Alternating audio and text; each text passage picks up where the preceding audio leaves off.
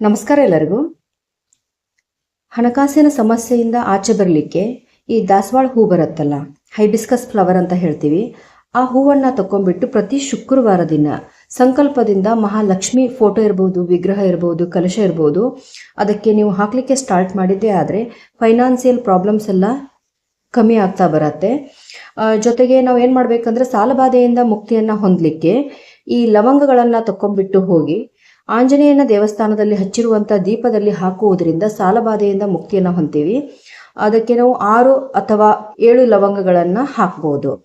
ಈ ರೀತಿ ಕಂಟಿನ್ಯೂಸ್ ಆಗಿ ನೀವು ರೆಮಿಡಿಗಳನ್ನು ಮಾಡ್ತಾ ಹೋದರೆ ಫೈನಾನ್ಷಿಯಲ್ ಕಂಡೀಷನ್ದಲ್ಲಿ ಇಂಪ್ರೂವ್ಮೆಂಟ್ ಆಗುತ್ತೆ, ಸಾಲಬಾಧೆಯಿಂದ ಮುಕ್ತಿಯನ್ನು ಹೊಂತೀರಾ. ಮತ್ತು ಮನೆಯಲ್ಲಿರುವಂತಹ ಪ್ರಾಬ್ಲಮ್ಸ್ಗಳನ್ನು ಕಡಿಮೆ ಮಾಡ್ಕೊಳ್ಳಿಕ್ಕೆ ಸಾಯಂಕಾಲ ಹೊತ್ತಿನಲ್ಲಿ ದಿನಂಪ್ರತಿ ಒಂದು ಎಂಟ್ರನ್ಸ್ ಡೋರ್ ಇರುತ್ತಲ್ಲ, ಮೇನ್ ಡೋರ್ ಎದುರಿಗೆ ಒಂದು ದೀಪವನ್ನು ಹಚ್ಚಿಟ್ಬಿಟ್ಟು ಬರುವಂಥ ನೆಗೆಟಿವ್ ಎನರ್ಜಿಯನ್ನು ಕಟ್ ಮಾಡಿಬಿಟ್ಟು ಎಲ್ಲ ಪಾಸಿಟಿವ್ ಎನರ್ಜಿಯನ್ನು ಮನೆಯಲ್ಲಿ ಕಳಿಸ್ಕೊಡು ಅಂತ ತಿಳ್ಕೊಂಡು ದೀಪಕ್ಕೆ ನಮಸ್ಕಾರ ಮಾಡಿ ದಿನಂಪ್ರತಿ ಈ ರೆಮಿಡಿನ ಮಾಡ್ಕೊಳ್ತಾ ಹೋದರೆ ಎಲ್ಲ ರೀತಿಯಿಂದ ಫ್ಯಾಮಿಲಿಗೆ ಬರುವಂಥ ಪ್ರಾಬ್ಲಮ್ಸ್ಗಳು ನಿವಾರಣೆ ಆಗಿಬಿಟ್ಟು ಬೆನಿಫಿಟ್ ಸಿಗುತ್ತೆ. ಈ ರೆಮಿಡಿನ ಮಾಡಿಕೊಂಡು ಬೆನಿಫಿಟನ್ನು ಪಡ್ಕೊಳ್ಳಿ ಅಂತ ಹೇಳ್ತೀನಿ. ಎಲ್ಲರಿಗೂ ಒಳ್ಳೆಯದಾಗಲಿ. ಧನ್ಯವಾದಗಳು.